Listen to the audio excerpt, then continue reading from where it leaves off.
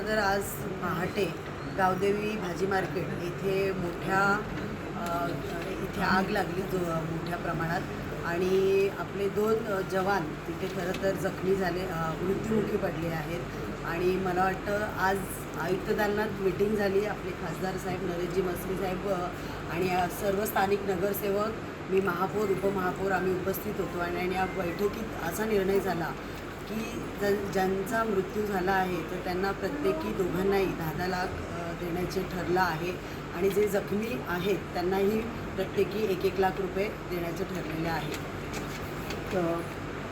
भविष्यात अशा घटना होऊ नये यासाठी काय नेमकी पावले उचलणार आहे? मला वाटतं आता असे बैठकीत असं आम्ही हे केलं आहे की तिथे ऑडिट करायची, आपल्याला ऑडिट करून ज्या काही आपल्याला सुविधा तिथे उपलब्ध करायच्या आहेत ते चांगल्या पद्धतीने या येत्या 10 दिवसामध्ये पूर्ण करून आपण पूर्ववत सगळं यंत्रणा चालू करण्यात येईल.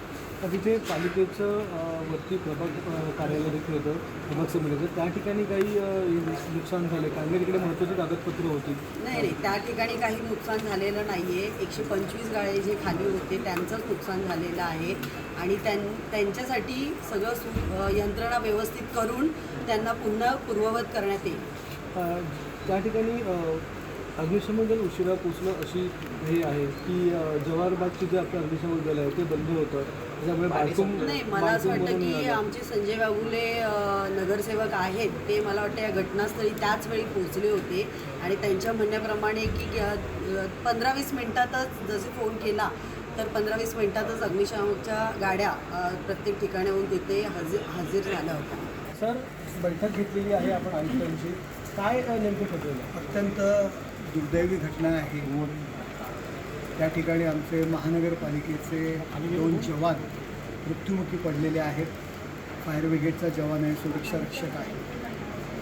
इन्शुरन्स असेल, महापालिकेची काही मदत असेल, मुख्यमंत्री सहाय्यता निधीतून मदत असेल, कलेक्टर ऑफिसची आपत्ती व्यवस्थापनाची मदत असेल, या मदती व्यतिरिक्त मृत ज्या आमचे जे जवान आहेत त्यांना महानगरपालिकेतर्फे 10 लाख रुपये प्रत्येकी त्यांना आम्ही मदत करणार आहोत. त्याचबरोबर त्यांच्या घरातील जी एखादी व्यक्ती असेल त्याला महानगरपालिकेच्या सेवेत घेणार आहोत. त्या ठिकाणचे जे काही गाळेधारक आहेत त्यांना त्या ठिकाणी त्यांचं पुनर्वसन करणार आहोत. बिल्डिंगचं स्ट्रक्चरल ऑडिट होईल, फायर ऑडिट होईल आणि ताबडतोब एक 7 ते 8 दिवसामध्ये पुन्हा ती बिल्डिंग पूर्ववत करण्यात येईल. ज्या ज्या ठिकाणी अशी गर्दीची ठिकाणे आहेत त्या ठिकाणी पुन्हा एकदा मग कळवा हॉस्पिटल असेल, इतर मार्केट्स असतील, त्या ठिकाणी फायर ऑडिट पुन्हा त्या ठिकाणी होईल. आणि त्या दृष्टीने या आपत्तीपासून कसं दूर ठेवता येईल याची काळजी पूर्णपणे महानगरपालिका घेईल. आणि आपण जे म्हणताय की फायर ब्रिगेडच्या गाड्या वगैरे उशिरा आल्या तर मला वाटत नाही. त्या स्थानिक नगरसेवक संजय बागुले असतील हे सगळे उपस्थित होते आणि त्यांच्याशी चर्चा केल्यानंतर की 10 ते 15 मिनटामध्ये गाड्या आलेल्या आहेत. अर्थात लोकांचे वेगवेगळी मतं असतात. फायर ब्रिगेडची गाडी तिथे वेळेवर पोचली अशा बऱ्याच जणांचं म्हणणं आहे की ज्या घटनास्थळी होत्या, परंतु त्यातूनही काही लोकांचे जर काही गैरसमज असतील तर त्याची चौकशी करून निर्णय घेण्यात येईल. सर, एक प्रश्न असा होतो की या संपूर्ण घटनेमध्ये ज्यावेळी ही महापालिकेची बिल्डिंग होती तर त्या ठिकाणी अग्निशमक यंत्रणा त्या बिल्डिंगची स्वतःची अग्निशमक यंत्रणा जी आहे ती असायला हवी होती. कारण की मार्केटचं भाग आहे, मग ते फायर एक्स्टिंग्विशर असतील किंवा इंटरनल पायपिंग जी केली जाते अग्निशमन दलाच्या मंत्रीसाठी ती त्या ठिकाणी होती का आणि ते सगळं सुरू होतं का? बघा, या घटनेसंदर्भात माननीय उपमुख्यमंत्री एकनाथ शिंदे साहेब यांनी दखल घेतलेली आहे. त्यांनी स्वतः सूचना केली आहे की जे मृत व्यक्ती आहेत त्यांना जरी जे काही गौरव शासनाच्या नियमानुसार मिळणार आहे ते तर मिळेलच, परंतु महानगरपालिका म्हणून तुम्ही मदत करा. त्यानुसार सर्व गटनेते असतील सगळ्यांनी निर्णय घेतला आहे. प्रत्येकी 10 लाख रुपये आपण एक्स्ट्रा मृत व्यक्तींच्या कुटुंबाला देतो आहे. आणि या पूर्ण घटनेची चौकशी करणं हेही गरजेचं आहे.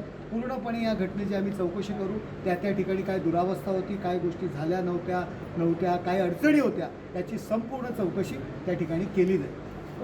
परंतु या घटना घडली होती त्यानंतरही मग अग्निशमन दल किंवा महापालिका प्रशासन धडा न घेता हे बघा, ह्या महानगरपालिकेच्या सेवा आहेत आणि त्या नागरिकांच्या हितासाठीच काम करत असतात.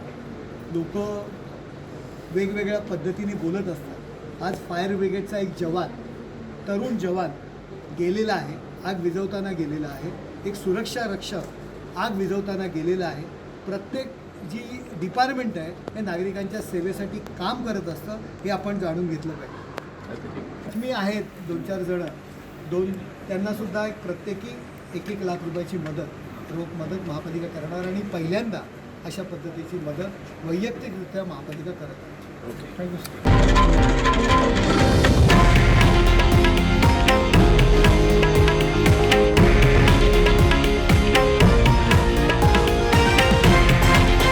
हे आहे देशातील नंबर 1 न्यूज नेटवर्क आणि आपण पाहत आहात TV9 मराठी, एकमेव.